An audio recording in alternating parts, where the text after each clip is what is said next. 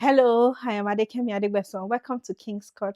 On today's episode of Adekemi Talk About Kings, I'm going to be talking about the disadvantages of not being on the same page with your wife. So we have been able to discuss the advantages of being on the same page. You begin to enjoy doing the impossible. You begin to enjoy double portions of anything you need when your wife is on the same page with you. So what are these disadvantages that can happen or that can impact your family when you don't put when your wife does not understand what is going on with you, what is going on in your family? In Genesis, we all know Abraham to be the friend of God, and there was nothing God was going to do that he wouldn't inform Abraham about it. When he was going to destroy Sodom and Gomorrah, he said to himself, why would I do this, without informing Abraham about it? And he came back. He told him what he was going to do, where he was going, and why he was going to do it before he finally destroyed Sodom and Gomorrah. And so in Genesis chapter 15, God told Abraham he was going to bless him. And Abraham told God that if you bless me, who is going to inherit it? Seeing that I have no son that is going to inherit it, and probably the son of my servant is going to take over everything that you have given unto him. And God told him, no, I am going to bless you with a child, and the son of your servant will not be your heir, that I'm going to give you your own son. And he took him outside in Genesis 15:5, and he said, look towards heaven and number the stars. If you are able to number them, then so shall your offsprings be.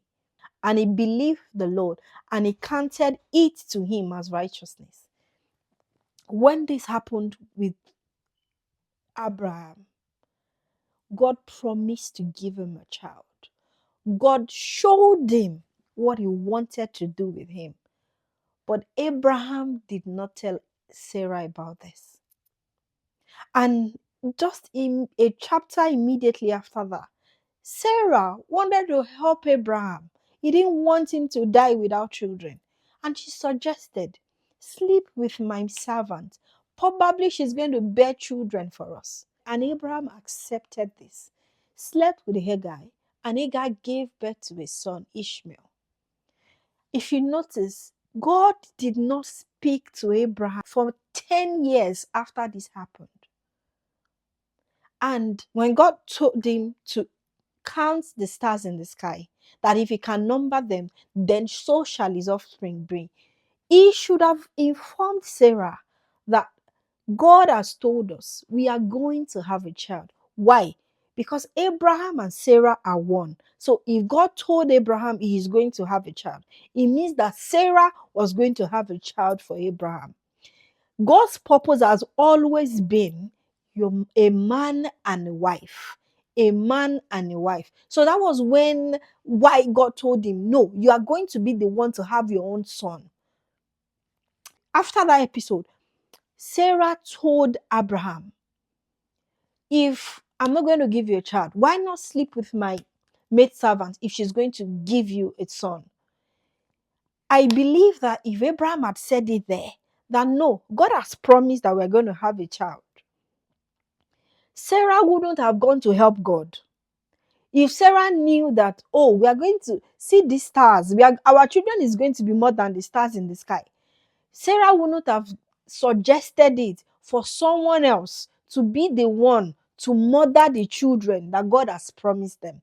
But because Abraham did not tell her, he did not inform her, he did not carry her along in this vision, in this mission that God has given him. When Sarah suggested it to him, being a good husband, he accepted it and they had a son. This episode that happened, it took them 10 years for God to actually come back to Abraham and tell him, walk before me and be righteous, and I would bless you.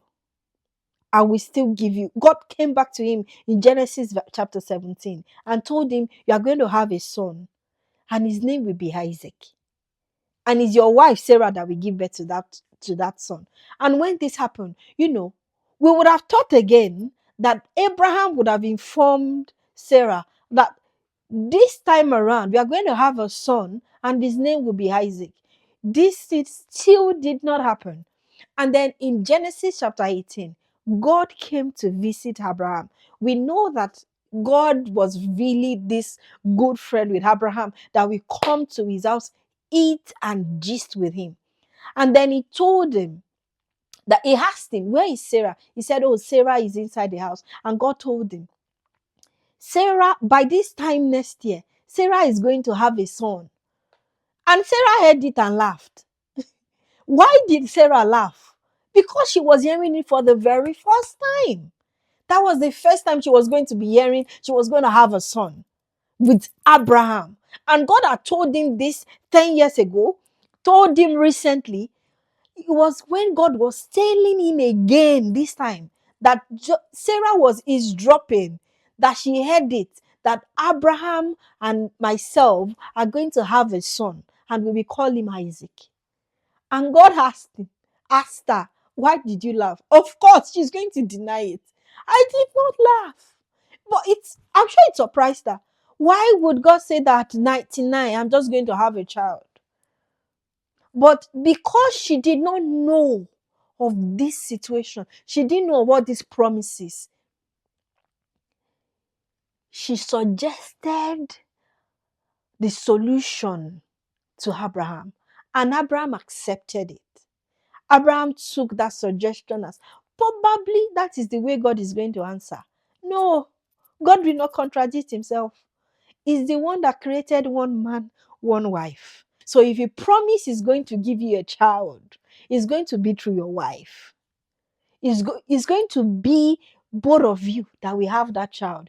If he has promised you so many things, your vision, your mission, your goal, it's going to be the both of you that will fulfill this vision, this mission. So if you don't carry her along, what happened with Abraham that even years after we still suffer this might happen?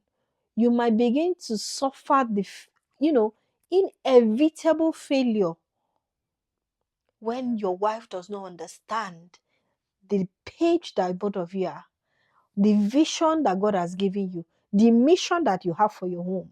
Your wife might begin to suggest things. She might accept that they should name your child Zachariah Jr. instead of John the Baptist. So if you don't accept this now and start telling your wife things, you might not enjoy the impossibility. God has said it, when you are one, when you speak the same language, you both will do things. Nothing will be impossible for you. So it means that if you don't tell her, things will be difficult. Why do you want to make things difficult for yourself? Why do you want to struggle? Why do you want to choose the hard path? When God has told you, if you tell her this, I'm going to bless you. Everything is going to come easy. I'm going to give you double of what you want. When she asks me, I will give it to her on your behalf. See, if you don't key in into this easy path that the Lord has laid out for you, you would suffer unnecessarily. You will suffer unnecessarily. It will be pointless, really. It's going to be pointless. So enjoy it. I have heard men take pride in the fact that, Abraham did not tell Sarah about going to sacrifice Isaac, and that was why he was able to go. If Sarah had known about it, she would have disagreed with him. She would have stopped him from going. No, she won't. Because if she had known from the beginning that this is what God has been promising you and he has been bringing it to pass, and God had told you from the beginning that our children will be more than the skies, it will be more than the sand of the seashore. See, even if it tells, there is no woman that would hear that and be like, she would just say, you can take him. I am sure he's going to give me more than that. That is who a woman is. If you know, there was a time that Abraham told Sarah, lie that you are my sister. She obliged him. And she did. It was when the kings, Abimelech, uh, saw that, oh, this woman, why are you playing love with your so-called sister? That he actually discovered that no, they were not siblings, that they were actually a couple. So Sarah wouldn't have disagreed with him. But because he was used to not saying things, he just does things on his own. That was what led to the birth of Ishmael. And even the Bible recorded it that Ishmael will live as a wild animal. And this is happening till date. So why not just avoid the stress of putting your family on unnecessary stress? Or why not avoid this failure, the prospect of failing things that you do? Tell your wife, let her understand the page that you are on. See, when God wanted to go and destroy Sodom and Gomorrah, he himself said it.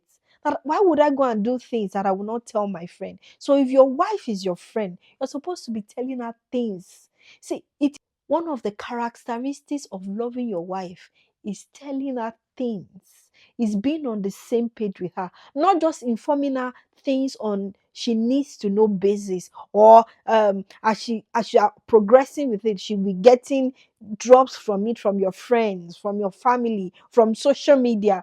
Some people find out that their husband is being promoted from friends and family. Some people find out big things from their husband's friends, from their family members, and then they will be like, oh really? And the wife is just looking dumb. Why do you want to do that to yourself?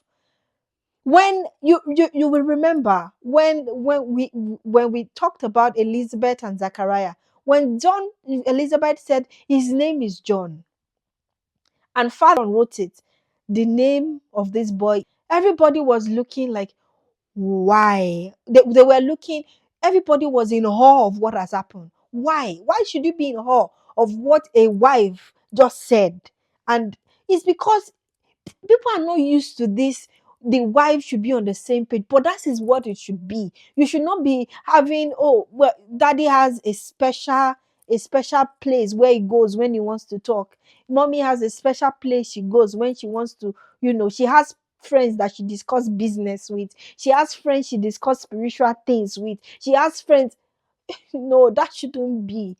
You guys should be united in one, and avoid this failure that wants to plague your home, so that things will become possible for you to have peace of mind.